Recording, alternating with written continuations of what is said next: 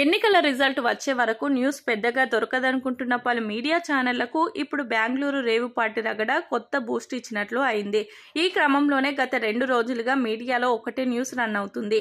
అదే బెంగళూరు రేవుపాటి కహాని. హైదరాబాద్కి చెందిన ఓ బడా వ్యాపారి అయినటువంటి వాసు దానిని నిర్వహించినట్లు తెలుస్తుంది. అన్ని హంగులు ఆర్భాటాలతో మొదలైన పార్టీలో మన టాలీవుడ్ భామలు లేకపోతే ఎలా? దానికి చాలా మంది టీవీ, సినిమా నటీనటులు, రాజకీయ పార్టీల నాయకులు అనేక మంది హాజరు కావడం జరిగింది. అక్కడే వచ్చింది చిచ్చు. కెమెరాలన్నీ మనోళ్ల వైపే కదా ఉండేవి. దాంతో బెంగళూరు శివారులోని బీఆర్ ఫామ్ హౌస్ లో జరిగిన రేవ్ పార్టీని బెంగళూరు నార్కోటిక్ పోలీసులు అడ్డుకున్నారు.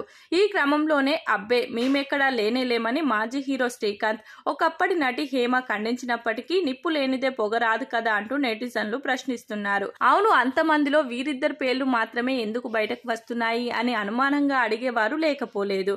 అక్కడ దొరికిన వాళ్లను దొరికినట్లు అదుపులోకి తీసుకున్నారు పోలీసులు. ఈ క్రమంలో కొంత మేరకు డ్రగ్స్ కాళ్లను సీజ్ చేశారు.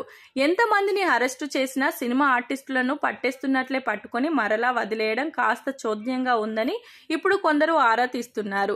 అంత గోప్యంగా బతికేవారు ఇలాంటి సిగ్గుమాలిన పనులు చేయడం దేనికని సోషల్ మీడియా వేదికగా కామెంట్లు చేస్తున్నారు. అయితే మనకి ఇలాంటి డ్రగ్స్ రేవ్ పార్టీలు కొత్తేమి కావు.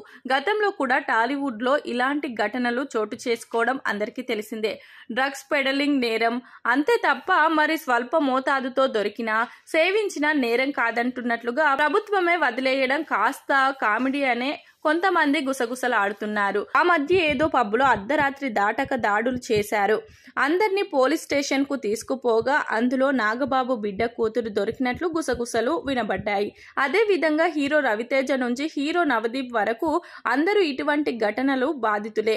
ఈ క్రమంలోనే ప్రధానంగా కొన్ని ప్రశ్నలు వినబడుతున్నాయి. తాము చేస్తున్నది తప్పు అని తెలిసినప్పుడు చేయడం దేనికి? ఒకవేళ తాము చేస్తున్నది ఒప్పు అని తమకి అనిపించినప్పుడు దాక్కోవడం దేనికి అన్న ప్రశ్నలు సోషల్ మీడియాలో చెక్కలు కొడుతున్నాయి.